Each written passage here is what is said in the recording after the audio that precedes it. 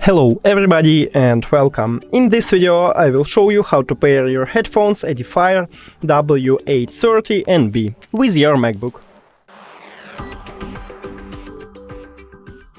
You have to start by click at the Bluetooth icon right here at the top, or you can go to Control Panel and click at the Bluetooth here.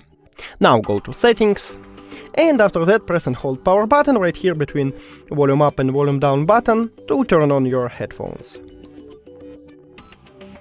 Now it's set power on, and after that press and hold this Bluetooth button to enter pairing mode.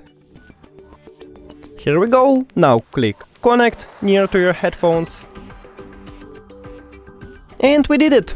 Thank you for watching this video. If you found it helpful, please consider subscribing to the channel and leave the like on the video. It's really important to us. See you later!